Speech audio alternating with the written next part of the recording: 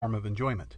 To them, water stood for drinking or drowning, nothing else, and since one could not drink the sea, to be in it meant, even for a ghost, to drown.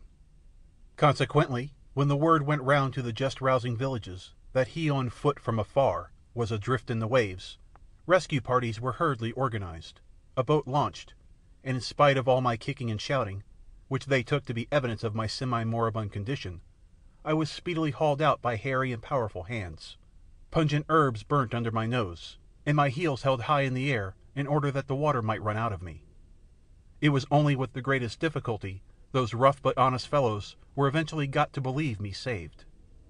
The breakfast I made of grilled deer flesh and a fish not unlike salmon, however, convinced them of my recovery, and afterward we parted very good friends, for there was something in the nature of those rugged barbarians just coming into the dawn of civilization that won my liking far more than the effete gentleness of others across the water.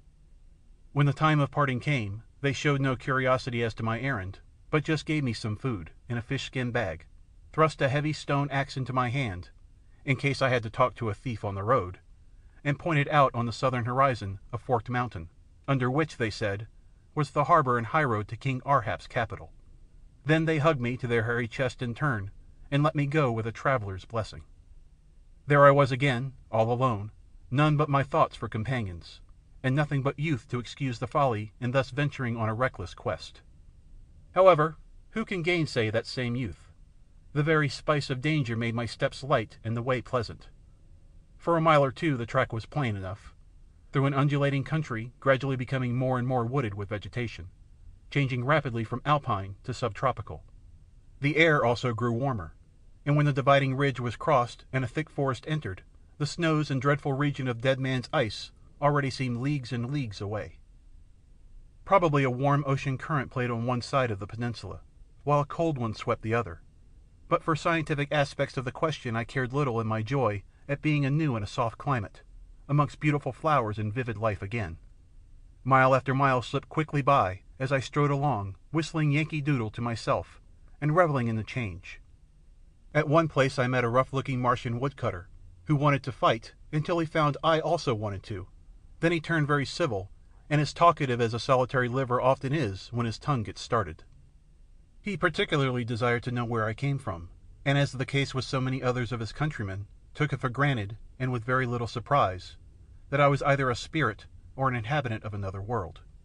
With this idea in mind he gave me a curious piece of information, which unfortunately I was never able to follow up. "I don't think you can be a spirit," he said, critically eyeing my clothes, which were getting ragged and dirty beyond description. "They are finer looking things than you, and I doubt if their toes come through their shoes like yours do. If you are a wanderer from the stars, you are not like that other one we have down yonder," and he pointed to the southward. "What?" I asked, pricking my ears in amazement. "Another wanderer from the outside world? Does he come from the earth?" using the word on had given me to signify my own planet. "No, not from there, from the one that burns blue in the evening between sun and sea.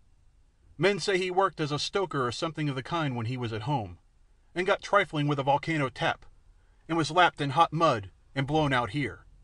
My brother saw him about a week ago." "Now what you say is downright curious. I thought I had a monopoly of that kind of business in this sphere of yours. I should be tremendously interested to see him." "No, you wouldn't," briefly answered the woodman. "He is the stupidest fool ever blown from one world to another. More stupid to look at than you are. He is a gaseous, wavy thing, so glum you can't get 2 words a week out of him, and so unstable that you never know when you are with him and when the breeze has drifted him somewhere else." I could but laugh, and insist with all respect to the woodcutter, such an individual were worth the knowing however unstable his constitution, at which the man shrugged his shoulders and changed the conversation, as though the subject were too trivial to be worth much consideration. This individual gave me the pleasure of his company until nearly sundown, and finding I took an interest in things of the forest, pointed out more curious plants and trees than I have space to mention. 2 of them, however, cling to my memory very tenaciously.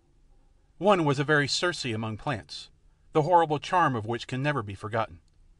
We were going down a glade when a most ravishing odour fell upon my nostrils.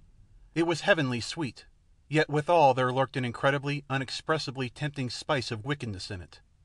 The moment he caught that ambrosial imitation in the air, my woodman spit furiously on the ground, and taking a plug of wool from his pouch, stuffed his nostrils up. Then he beckoned me to come away, but the odour was too ravishing. I was bound to see whence it arose, and finding me deaf to all warnings, the man reluctantly turned aside down the enticing trail.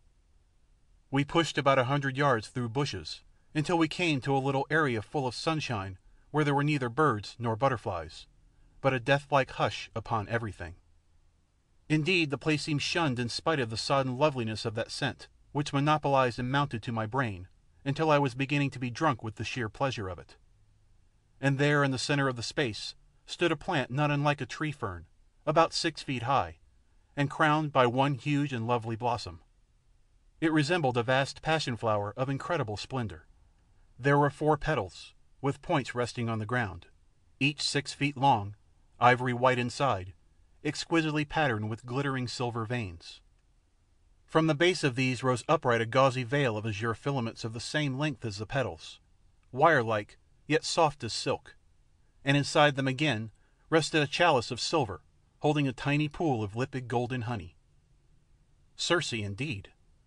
It was from that cup the scent arose, and my throat grew dry with longing as I looked at it. My eyes strained through the blue tendrils towards that liquid nectar, and my giddy senses felt they must drink or die. I glanced at the woodman with a smile of drunken happiness, then turned tottering legs towards the blossom. A stride up the smooth causeway of white petals, a push through the azure haze, and the wine of the wood enchantress would be mine, molten amber wine, hotter and more golden than the sunshine. The fire of it was in my veins. The recklessness of intoxication was on me. Life was as nothing compared to a sip from that chalice. My lips must taste or my soul would die, and with trembling hand and strained face I began to climb. But the woodman pulled me back. "Back, stranger," he cried. "Those who drink there never live again." Blessed oblivion!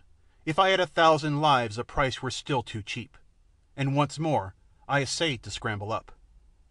But the man was a big fellow, and with nostrils plugged and eyes averted from the deadly glamour, he seized me by the collar and threw me back.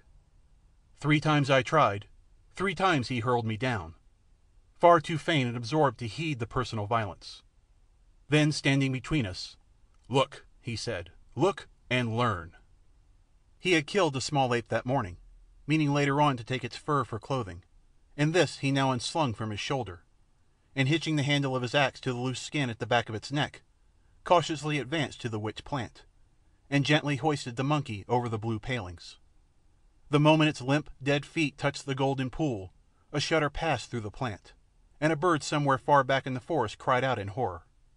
Quick as thought, a spasm of life shot up the tendrils, and like tongues of blue flame they closed round the victim, lapping his miserable body in their embrace. At the same time the petals began to rise, showing as they did so hard, leathery, unlovely outer rinds, and by the time the woodman was back at my side the flower was closed. Closer and closer wound the blue tendrils, tighter and tighter closed the cruel petals with their iron grip, until at last we heard the ape's bones crackling like dry firewood. Then next his head burst, his brains came oozing through the crevices, while blood and entrails followed them through every cranny, and the horrible mess, with the overflow of the chalice, curled down the stem in 100 streaming rills, till at last the petals locked with an ugly snap upon their ghastly meal, and I turned away from the sight in dread and loathing. That was plant number 1. Plant number 2 was of a milder disposition, and won a hearty laugh from my friendly woodman. In fact, being of a childlike nature, his success as a professor of botany quite pleased him, and not content with answering my questions, he set to work to find new vegetable surprises, greatly enjoying my wonder and the sense of importance it gave him. In this way we came, later on in the day, to a spot where herbage was somewhat scantier, the grass coarse, and soil shallow. Here I espied a tree of small size, apparently withered, but still bearing a few parched leaves on its uppermost twigs. "Now that," quoth the professor, "is a highly curious tree, and I should like you to make a close acquaintance with it. It grows from a seed in the course of a single springtime, perishes in the summer, but a few specimens stand throughout the winter, provided the situation is sheltered, as this one has done. If you will kindly go down and shake its stem, I believe you will learn something interesting." So, very willing to humour him,